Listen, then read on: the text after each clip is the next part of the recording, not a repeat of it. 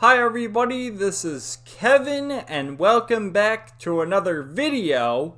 And today I would like to share my thoughts on Granblue Fantasy Relink, which is the JRPG action RPG that released last year in 2024 at the very beginning of the year. I think it was either late January or early February, so it's been over a year now, but I finally got around to playing it. I've been going through the Granblue Fantasy series over the past few months. Still playing Granblue Fantasy Versus Rising, currently going through the Battle Pass, well, by the time this is up, the Battle Pass is probably over, and I will have unlocked Zoe's swimsuit outfit, but that's another story. And I enjoy those fighting games quite a bit. They've turned into my new Master Duel, well, alongside Master Duel. But my philosophy on games that have either a long-running series or multiple entries, I always like to start from the beginning. In Granblue Fantasy's case, of course, there is the gacha game still ongoing, but I opted not to play that and instead went with Granblue Fantasy Versus, which was the fighting game from Arc System Works released in 2020. Also did a review of it. Then I played the sequel, which came out in 2023, Granblue Fantasy Versus Rising, and again, still playing it. And finally got to Granblue Fantasy Relink, which was a game that was announced years ago, back I think in 2017 or 2018, and it was initially going to be a game developed by Platinum Games, which eventually was developed by Cygames, who mainly worked on gacha games, but have done some console games in the past, and I think some of the developers from Platinum Games still stuck around for this, which you can kind of see that. And when I first saw the trailers way back when, it reminded me a lot of the Tales series, because of the combat and just the art style, the graphics. And after playing it, it reminds me more of Star Ocean in terms of the combat, which is funny because a lot of the developers from the original Tales series went on to form Tri-Ace and create the Star Ocean games.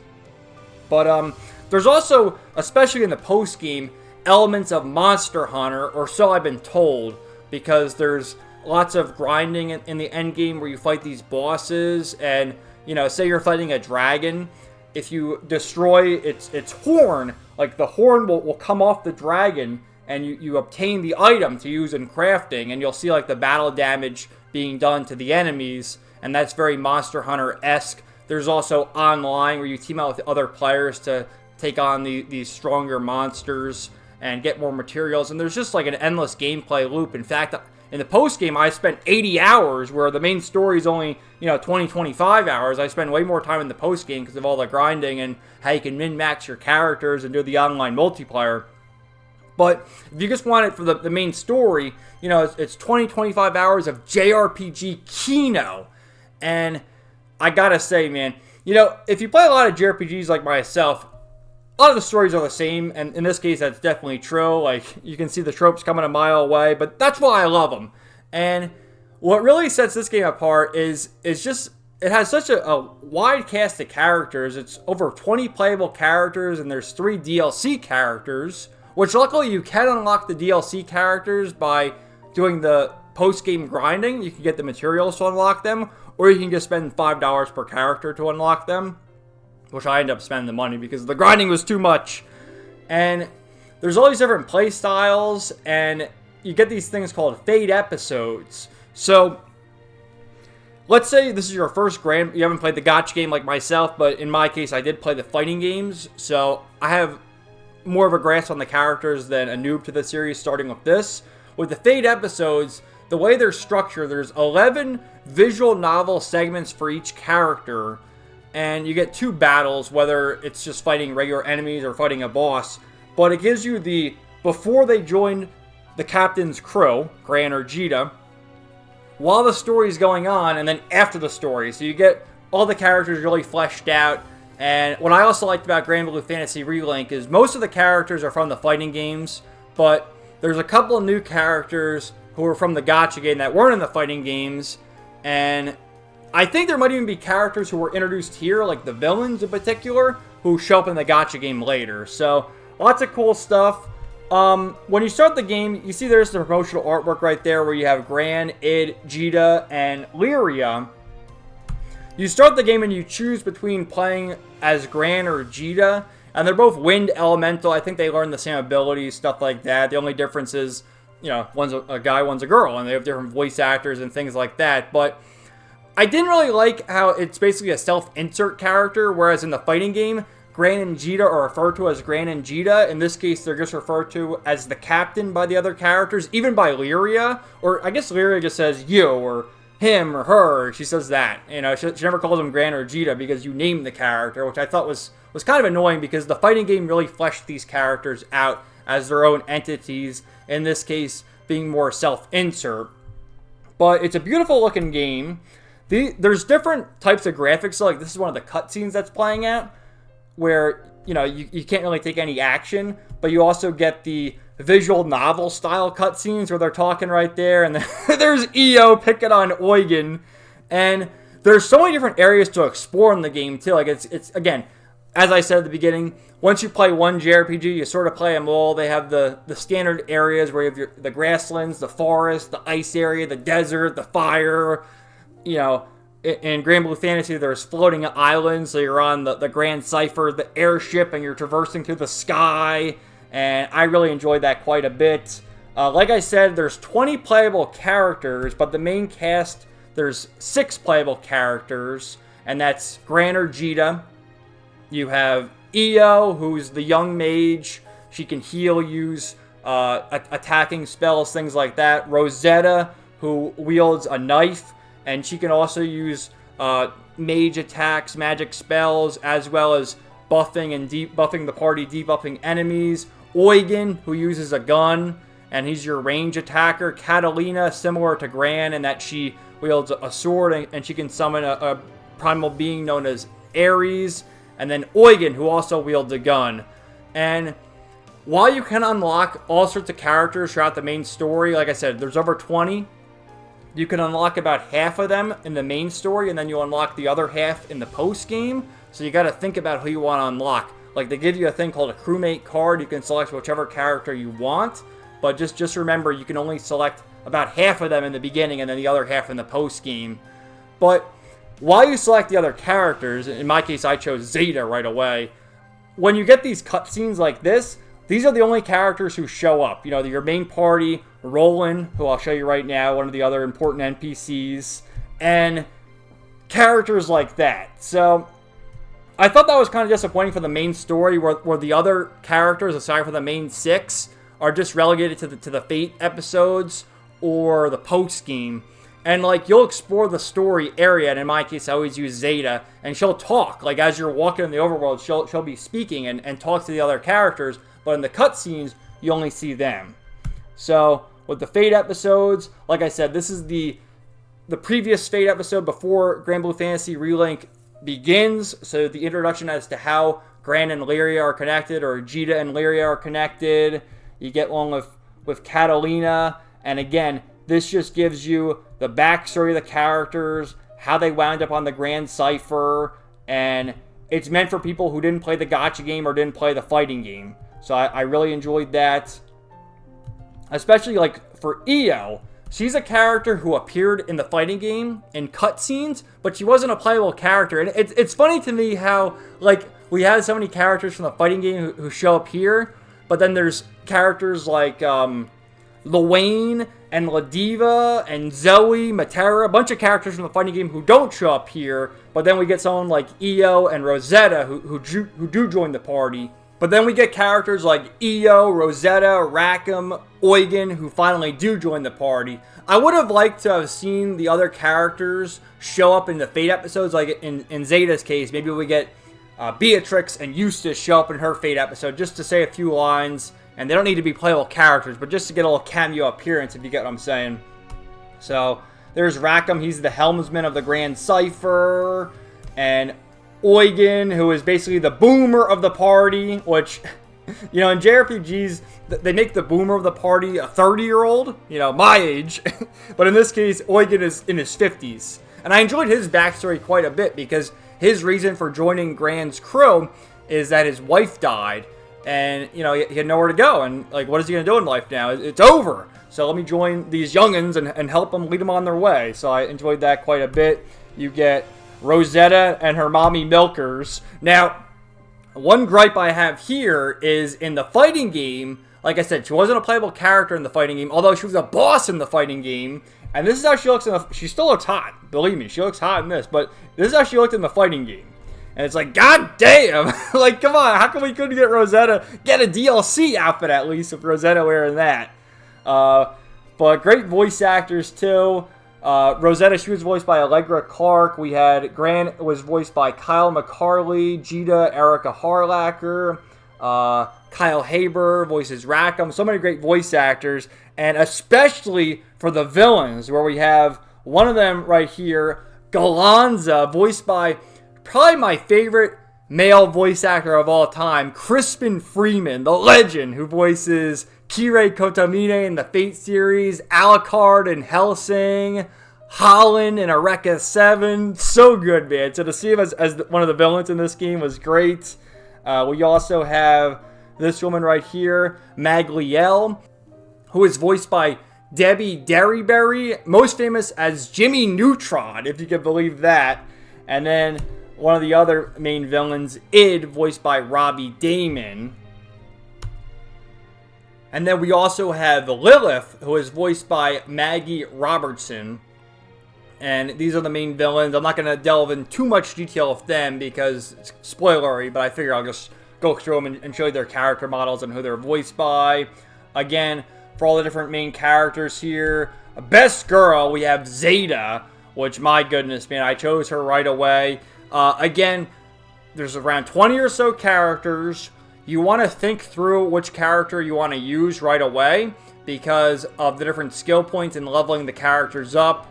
I mean, you can grind for hours and level all the characters up, but you want to really think through which characters you want to use. It's definitely easier to use the characters who wield swords, in my opinion.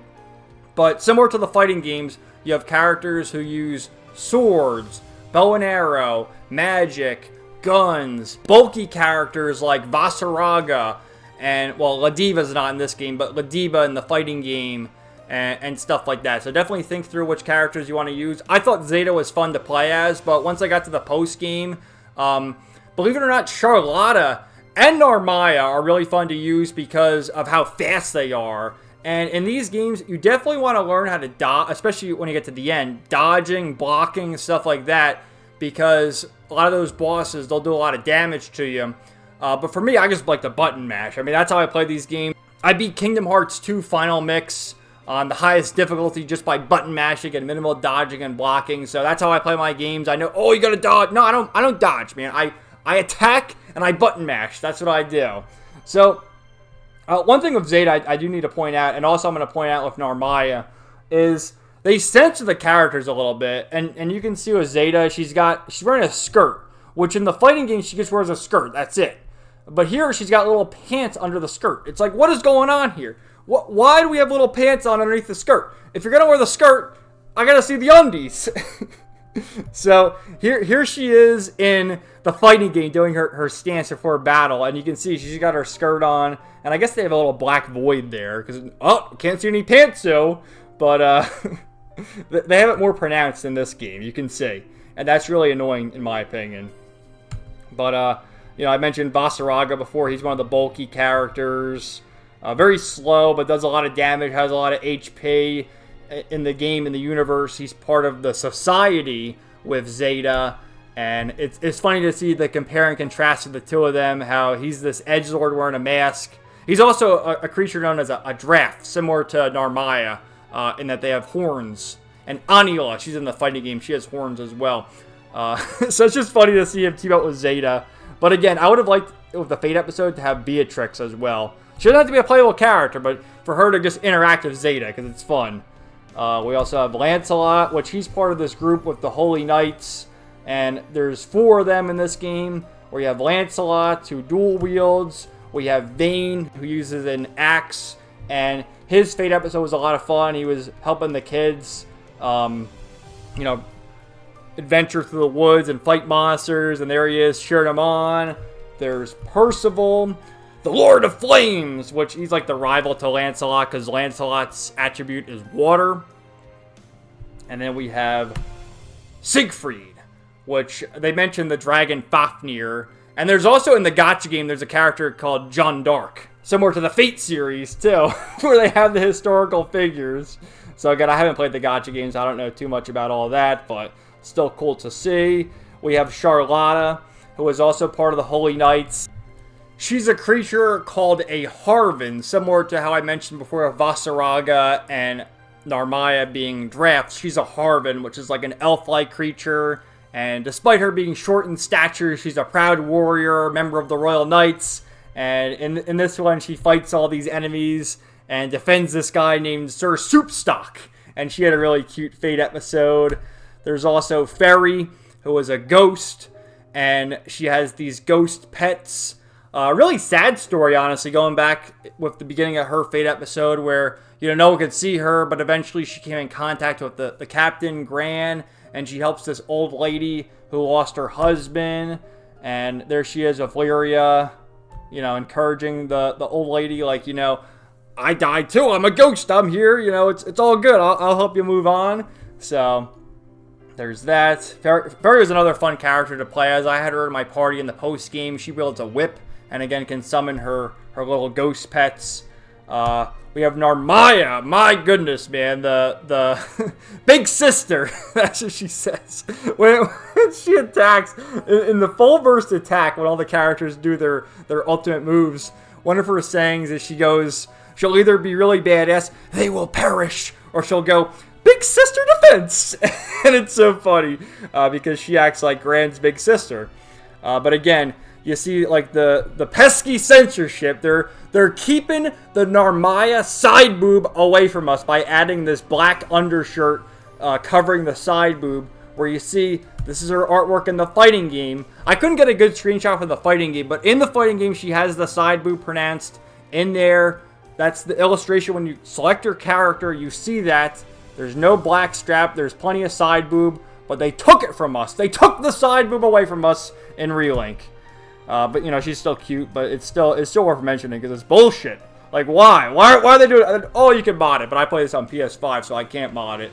But still a cutie. But I can't forgive them. We also have, of course, it wouldn't be a JRPG without the 2,000-year-old Lolly, the 2,000-year-old alchemist, Cagliostro, who she can summon these dragons to attack for her, and she's a magic user. We also have Yodora, who is a Harven as well, the same race as Charlotta. And there's a bio for all the characters in the menu. You can look at their age and where they come from, what their race is, who their voice actors are, etc. And it's funny because Charlotta's in her 20s. She's like 25 or whatever. And this guy is in his 60s. He's a retired swordsman who's in his mid-60s. And now all he wants to do is fish. And his Fate episode, he ends up catching this giant fish and he wins the fishing competition. So, really good stuff. One more thing I wanted to mention before moving on is the fact that Yodora is voiced by Peter Kalamis, who is most famous for his role as Goku in the Ocean Group dub of Dragon Ball Z, as well as Rolf from Ed, Edd n Eddy. And I know I didn't mention every character's voice actor, but I had to go back and mention Yodora's English voice actor just because of how iconic a role that is. Peter Kalamis, Goku from the Ocean Group dub, which I know, over here, Goku is most famous as Sean Schemmel, or Masako Nozawa in Japanese, of course, but I'll never forget Peter Kalamis as Goku because of the first 3 Dragon Ball Z movies, especially Dead Zone, where they had that famous commercial on Toonami where he's fighting Garlic Jr.'s henchmen, and he goes, "You can't beat me, I'll take you all on! Give me back my Gohan!" And then to contrast that, voicing Rolf in Ed, Edd n Eddy is just so key-no. So I had to mention that. There's also the martial artist Gondagoza, who, similar to Soares, which Soares is, of course, in the gacha game and the 2 fighting games, he's a 70-year-old martial artist who's always perving on the girls. This guy doesn't perv on the girls, but he's also a 70-year-old martial artist who likes to train, and he has the Eternal Flame style.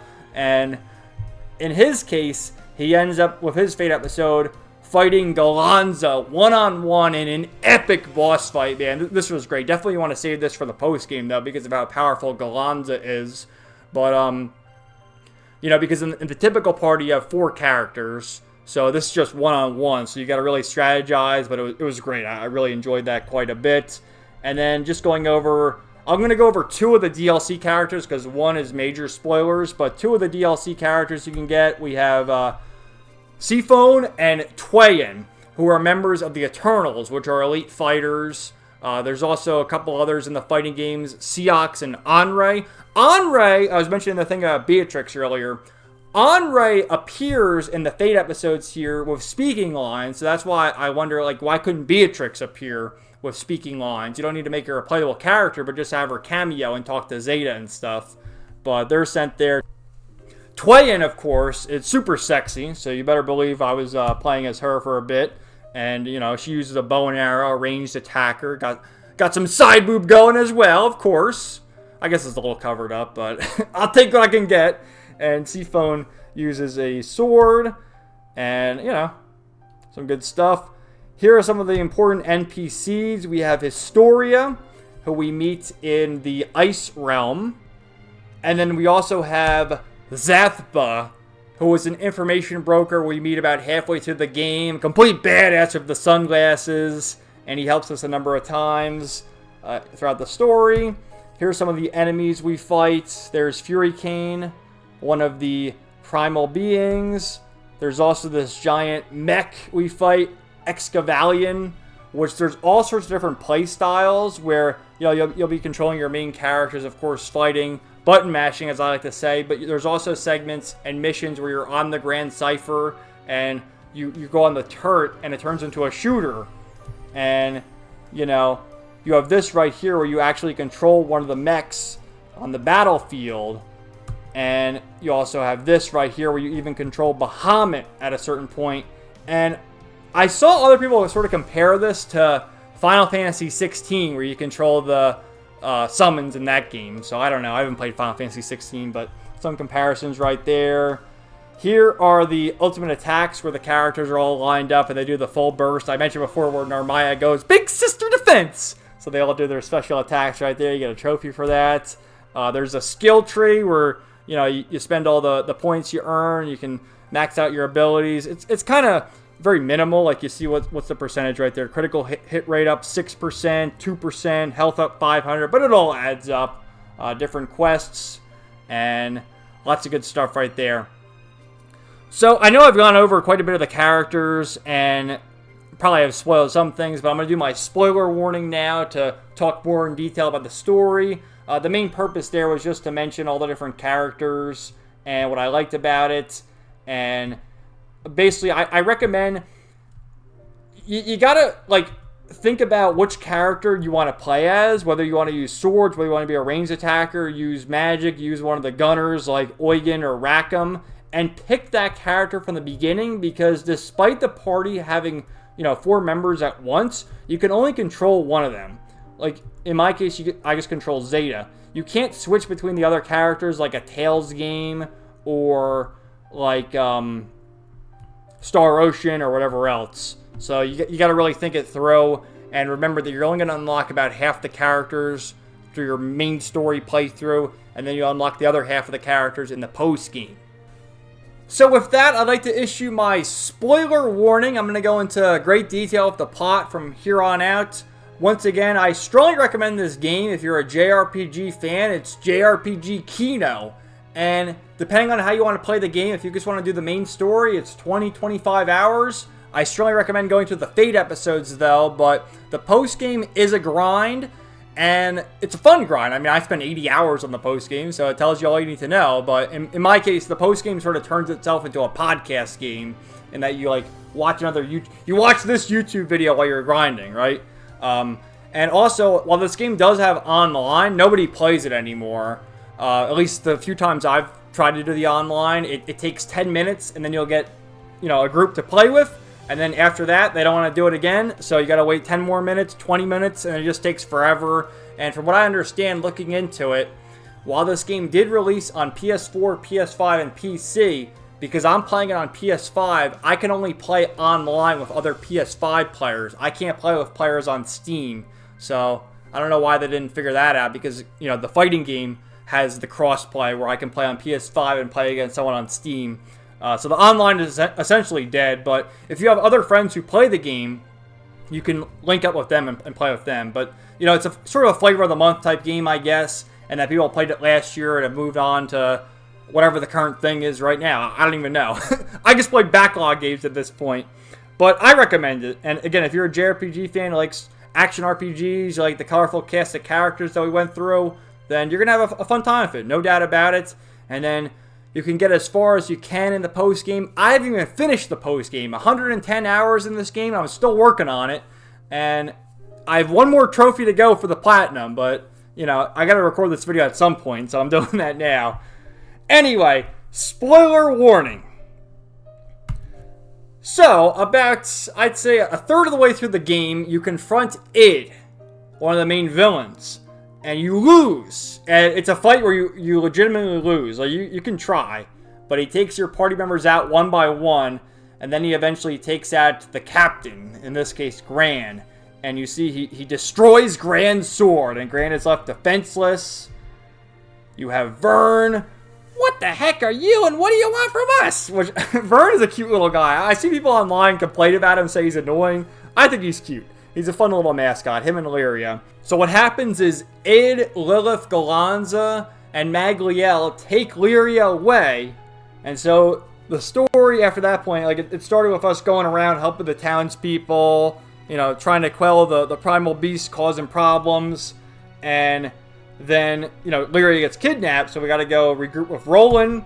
He crafts Gran a new sword. Gran has some new armor on, looks completely badass. And we got to go rescue Lyria, to which we run into Id a few times. And there's a boss fight in this lava world that you see right there, where Id helps us against the boss, but then Lilith shows up and, you know, Id betrays us again. But you see that Id is kind of conflicted. And after Lilith reveals her grand plan that she's going to resurrect the being known as Angraminyu, which I mentioned earlier about how, you know, fate with Siegfried and Jeanne d'Arc. Siegfried's in this game, and then Jeanne d'Arc's in the gacha game. Angraminyu is a very important character in the Fate universe. It's funny that we get all this Fate crossover and everything. I'm based in Fate Pilled, but Id finally agrees to join us. And he says he's going to fight alongside Lilith. And you get this Kino scene right here where Id and Gran do the fist bump. And dude, this reminded me of, again, everything goes back to all the series I played before. This goes back to the Kaseki series with Lloyd and Reen. And then later with Lloyd and Ishmelgareed. Fucking Kino. So we have that. And we eventually fight Angraminyu, which Lilith is floating right up there. You see her in the top right. So we get this epic battle where Lilith uses all her powers. We fight Angraminyu, and then eventually Lilith fuses with Angraminyu. But then the entire cavalry, all the friends we met along the way, show up for the final battle. We have Zavtba, we have Historia, we have all sorts of characters show up here. And even Magliel and Galanza show up to aid us, which we fight them a couple of times throughout the main story. But then, similar to Id, they realize, uh-oh, this woman's crazy. We can't side with Lilith, so they they join our side. And then Galanza, you saw him earlier, we had all his armor on. Now he takes his armor off. He's got all these tattoos. He's got this giant weapon. He's ready to go. What? And just imagine this in Crispin Freeman's voice. What fun is a death match if my opponent is already dead? So, lots of good stuff right there. That's Lilith now fused with Angraminyu. We had Roland show up. The whole party's there. That's what I mentioned before. Like, I had Zeta in my party constantly. She was my main character. But in these cutscenes, you know, Zeta or any of the other characters you choose never show up, which is kind of disappointing. But you get the final battle, everyone's standing there, at least most of them. I mean, it would have been just like the Trail series if you had the 20 characters standing behind Roland like that. So, I guess they couldn't include all the characters, but they're the main characters. And then Id transforms into Bahamut, which this Bahamut is different than the Proto Bahamut. That's the one we have that Lyria can summon. This one is called Bahamut Versa. And you get the final chapter known as Id, which in this game, there's, I think, 10 chapters, or maybe there's like 11 or 12. There's the prologue, there's 9 chapters, there's the final chapter, and then there's chapter 0, which is the post-game. But we help Id break free. We actually fight against the Bahamut that he turned into. He breaks free, and then he joins us for good, teams up with Gran, and then you get Roland, too, who ends up making what we think is the ultimate sacrifice, where he sends Bahamut Versa into the void, and then seals it up. And we got the ending where after our fist bump, Lyria's like, all right, I got to shake hands. So it's so cute. She puts the 2 hands together. Then we get chapter 0, which is the post game. And with Roland gone, there was a joke throughout the story that he called himself Mr. Fix-It. So in this case, with Roland gone, Id wants to atone for his sins, and he becomes Mr. Fix-It. And they keep joking about it in the end game here, where Io in particular calls him Mr. Fix-It. And eventually we go back, we open the portal again to defeat Bahamut Versa once and for all, where everyone's looking on. We had Rackham lead the Grand Cypher there, and our friends are looking on. We're on top of Proto Bahamut with Lyria, Gran, and Id, and Vern. And then we save Roland. And then again, more keto fist bumps. Look at this. Now he's fist bumping Roland, the absolute madman. So it's so good. Lyria's happy. And this is so cute with Vern. He has this like walkie-talkie thing that Roland gave him in the beginning of the game and to communicate with him. And when Roland was in that void, he could still talk there, but it was breaking up. And it was, in the game universe, it was like 2 weeks. But once we rescue Roland in the end, it's only been a few minutes. And he's like trying to battle Bahamut in there. So time is differently. Then we get the credits where Id strives to atone for his sins. And it's so good. And then in the end game there, you unlock the different Fate episodes. Like with Id, you can't even view his Fate episodes until the game's complete. So you unlock them. He has a rematch against Gran. And again, oh my god, he's doing more fist bumps. What a meme. But here he helps the villagers rebuild. Their village was attacked by goblins. He helps them rebuild, and everyone's happy. He's befriended this little girl over there, and you know, he can't crack a smile, but everyone else is. So really good stuff. One of the other characters that you unlock in the DLC is Sandalphon. Which Sandalphon is, I think he's part of the Astrals as well. Like, he's connected with Beelzebub, Lucilius, Lilith, Roland, all of them. He's also in the fighting game. Recently as the DLC character in the fighting game as well. So I guess he was a playable character in this game first. Because the fighting game came out, Versus Rising came out in 2023. This came out in 2024. But he just came out as the fighting game character, you know, a couple weeks ago. So he's here. And then in his Fate episode, you go against Lucilius. And same thing, Lucilius is voiced by Sean Chiplock, so they got him to reprise his role here. Which is funny, that he also voices Roland. But I don't think they're connected there. One little nitpick I do have with the story is the fact that Beelzebub, Belial, and Lucilius were all important villains in the fighting games. And in this case, I mean, Lucilius kind of is a cameo of Sandalphon's DLC. But they're not as important, and you know, Lilith, I guess, ended up being the main villain along with Id, Galanza, and Magliel. So I don't know, from someone who's played the fighting games already and saw the interactions with Belial and Beelzebub, I really wanted to see them again, but you know, they didn't appear here. They didn't even mention them, so I don't know. I hope at some point they have a sequel to this game because it was so much fun. And the fighting game Versus Rising is still getting support with the DLC characters. Sandalphon, of course, just released, and they just had a trailer for Galleon. Oh, goddamn, she's hot as hell. She's gonna be the new DLC character to join the fight. And then with Sandalphon, you get a cute little scene right there. So, you know, this was a great game. I absolutely loved it. Like I said, I spent over 110 hours on this game. I mean, since December, I've been going crazy with the Granblue Fantasy series, playing Versus Rising, still playing Versus Rising, and now Relink. And like I said, I'm still working on the post game with Relink. But I'm at the point where I need online players to beat the last few bosses, which is kind of disappointing. So I don't know. I'm about ready to give it up. Even though I only have one more trophy left to get, it's just so much of a grind that the boss I'm fighting takes me 20 minutes. So my final thoughts for Granblue Fantasy Relink is that I strongly recommend it, especially to JRPG fans. Even if you're not a JRPG fan, you'll probably like it. It's a relatively short game. If you just focus on the main story, like I said, 20 to 25 hours. So, you know, if you don't want to do the post-game, you don't like the Monster Hunter aspect, which, again, I've only ever played Monster Hunter Tri on the Wii, and I didn't like it at all. So I know Monster Hunter Wilds is a new big thing. I don't care. I'm never going to play it. But if this is similar to Monster Hunter, you know, it's anime Monster Hunter, and that, by default, makes it better. So, yeah. Great cast of characters, great voice acting, great music, too, which I didn't mention that in the beginning, so we'll mention it now. Nobuo Uematsu didn't compose the soundtrack, but he has a few guest tracks here.